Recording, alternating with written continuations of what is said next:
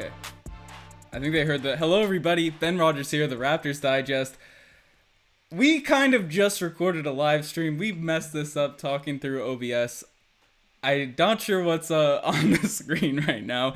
We just suffered through a podcast doing take two, trying to get this live.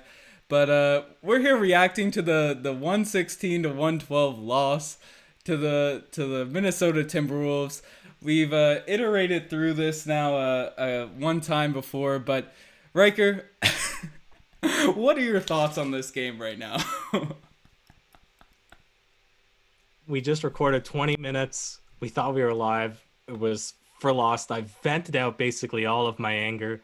So people are going to get a much more tranquil version of myself. But I will say, nonetheless, what cuts the most about this win or this loss for the Toronto Raptors is you said it the first time around. The Raptors, they managed to lose against one of the worst teams in the NBA. I said, hold the phone, go on to the league standings, scroll all the way to the bottom, number 30 at 7-20 something, 25.9% win-loss record on the season, the absolute worst in the entire NBA, including this win, is the Minnesota Timberwolves. And they didn't even have D'Angelo Russell, who's arguably their second best player on this team.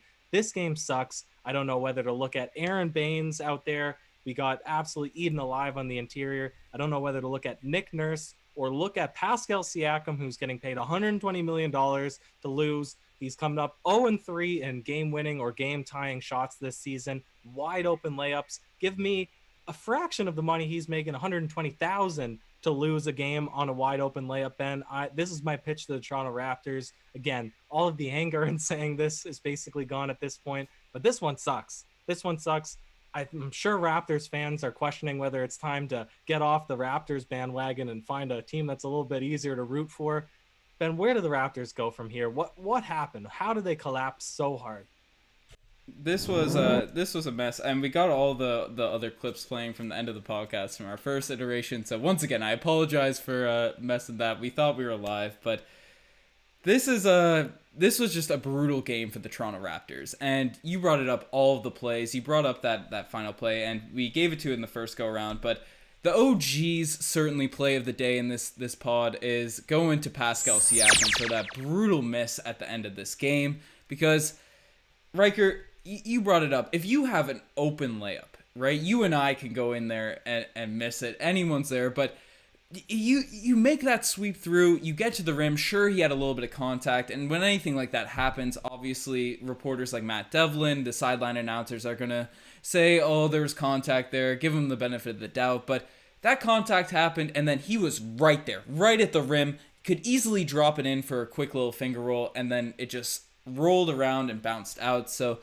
definitely one of the worst OG's plays of the season, and you feel bad for the guy. You feel bad for Pascal Siakam because obviously he had that possession against the Portland Trailblazers a couple weeks back where he had about a 3-foot floater, certainly not nearly as open as this one, but a shot that still should have went down. And then that miss on the top of the key, the spin shot that he took against the Golden State Warriors, that one went in and out as well. But that narrative now is just going to ride with Pascal Siakam, and he's been playing so well as of late. He's been a guy that's been strong. He's been getting to the rim. We've been talking about his three-point shooting, but tonight, 18 points, 6 of 19 from the field, and he's a guy that plays off of momentum. He's a player that plays well when he's playing well, plays bad when he's playing bad. He's not a steady guy by any means, and now to not only have a poor performance, but something that's going to get memed across the NBA, not just in Raptors fans, because Raptors fans are pretty bad for memeing their players, and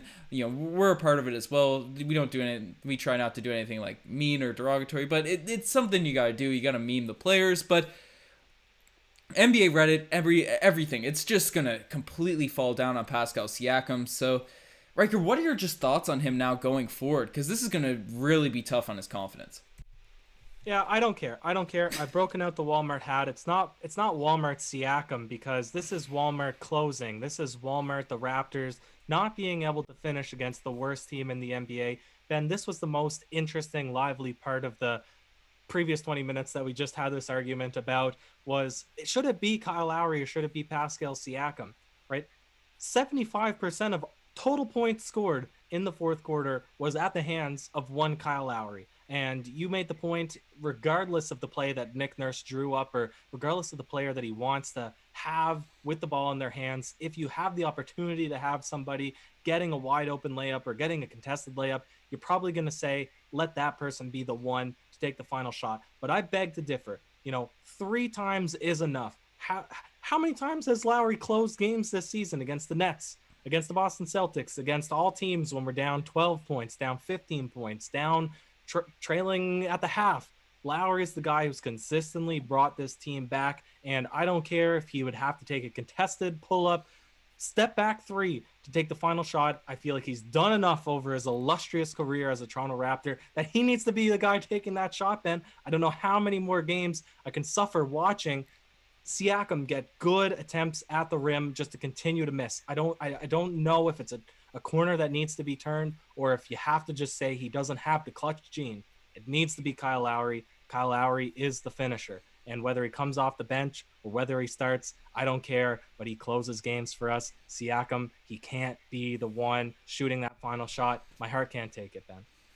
Like, I see where you're coming from, and certainly I was on a huge wave, especially in the playoffs, saying Kyle Lowry needs to be our closer, shooting those shots, and particularly Fred VanVleet was the one getting those shots down the stretch. Norman Powell took some clutch shots in the playoffs, and I really want those shots to go to Kyle Lowry, so I definitely see where you're coming from, but I'm not going to bag on that final possession too much in terms of the game plan or whatever, because if you're getting an open layup, Riker, if you're getting a shot right around the rim that's completely open, that's just something that should go in. It's just bad luck at that point. It's not a clutch gene. It's not something like that. I'm sure it's a bit mental, because everyone knows when your confidence is low, you're much more likely, anyone that's ever played basketball, your confidence low, you're much more likely to miss a layup, but still, a shot like that, that's just extremely tough to go down. But Riker, I do want to say something. I do want to throw something out there, and I'm going to assume everyone's disappointed in the Raptors team, but we're plugging the like section. We want everyone to sort of share in our sadness right now. If you're sad about this game, if you're a little bit depressed, hit that like section. We're also on the road to 20K subscribers, so tell your friends about the Raptors Digest channel so we can all get through these lows of the season together. If everyone tells, we have about 17,000 subscribers, if we can, every one of you guys tells a friend about the channel, tells 2 friends, tells 3 friends, that's exponential growth right there. We can all be together as a community to get through these tough losses. But yeah, no, that's just something I want to plug, and we appreciate everyone in the chat. We're going to really incorporate the chat at the end in this one, but I don't know. It was a tough finish to this game, Riker. It was a tough finish. Calmer heads are about to prevail. I'm at the tail end of my fuming, at the end of my rage, at the end of my venting. I want to hit home again. $120 million. You're 0 for 3 in closing opportunities. You missed a wide open bunny at the rim. There was nobody. There was no help defense. There was nothing. And this is against the worst team in the NBA. And this isn't the first time that he's had challenges and missing against smaller defenders and missing open shots and missing turnaround floaters in the lane. So at some point, you have to stop making excuses for the guy who's supposed to be your number 1 player. And this is not me not liking Pascal Siakam. This is me saying that there's other guys on this team, namely Kyle Lowry, who need to be the ones taking those shots, Ben. And so that's the last I'll say about that. Otherwise, if we're still on the hate on Raptors players train, I want to look at Aaron Baines. We'll save that for the segments. We'll save that for the segments. We'll save it for the segments. We'll save that for the segments. There was a couple positives. There was a couple positives. Let me give you a positive. Yep. Is that Norman Powell still looks good. Yeah. I don't know what the timeline for OG coming back is, but Norman Powell, he's a fixture now. I thought he could have taken an elevated role there to close out this game.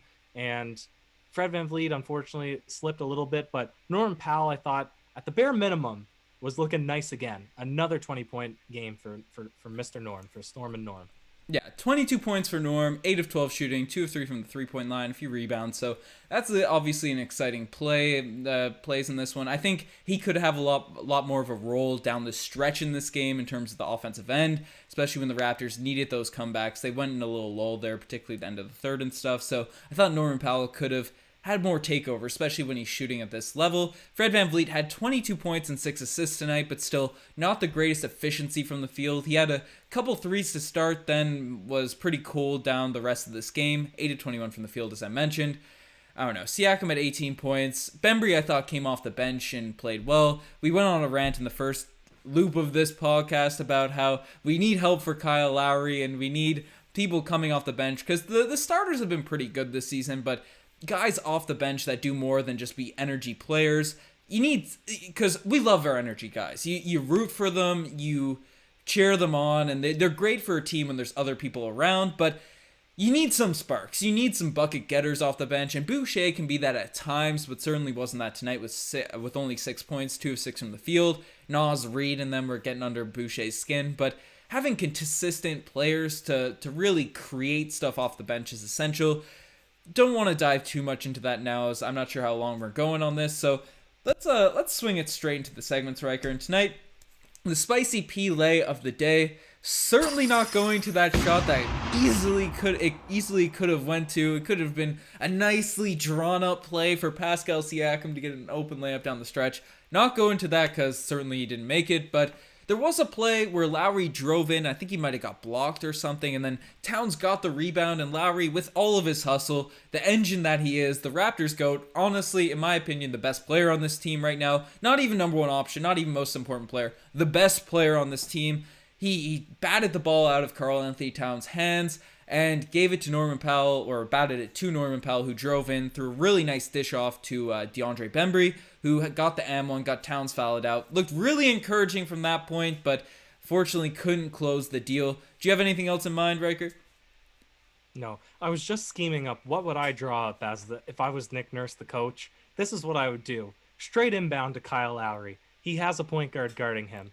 You know, you have Pascal Siakam who you want to come up to run a screen, but you're obviously just going to switch that. Now you'd have a big guarding Lowry, and he's just going to do a step back three. That's the most contested shot. That's pretty tough. So first you run an off-ball down screen, Fred VanVleet, Pascal Siakam. They're going to switch that. So the shooting guard's going to come on to Siakam. Now you just run him up instead of flashing him at the high post to look for a pass. You bring him to screen. At worst, you're going to have Malik Beasley or the type come on to Kyle. Now he can do his little ISO move, step back three. Just thought of that. That's the play that I would have ran. But Ben, nonetheless, Kyle Lowry was the hustle guy. He did that incredible play, that hustle play against Karl Anthony Towns to poke the ball loose and one. Norm to Bembry and one. Kept it close, kept it interesting, just not the outcome that we wanted. But not all plays can be like that. Some make you say, oh, geez, we beat it to death. You can't miss open layups at the rim. Open. I'm stressing open. Not another soul in sight, especially when so much is on the line to tie the game, Ben. Is there anything else, or can we just move right along from that and forget it forever, hopefully? We are forgetting that forever until the next shot comes into play. But finally, the infamous, the one, the only DeMarre Carroll Gold Star Award. And tonight, you have the Walmart hat out when it's games like this, and games such as this. There's a lot of DeMarre Carroll Gold Star Awards handed out, and tonight, Aaron Baines.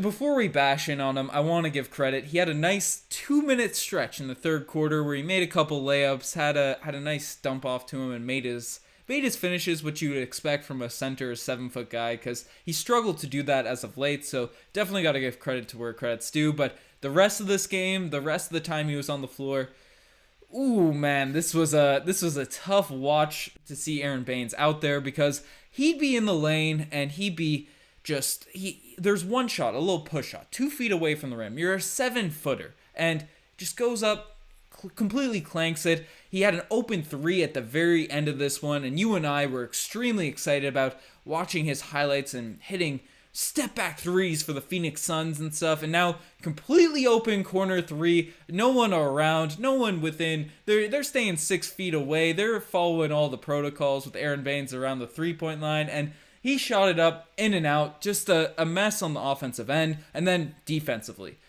he doesn't do the Marc Gasol sort of positioning defense that helps your team out. His pick and roll defense is atrocious. Leo Routens gave a little jab at him, a backhanded compliment, so to speak, when he did one decent hedge on the Minnesota Timberwolves on one possession, and then literally the possession after he hip checked someone out of bounds.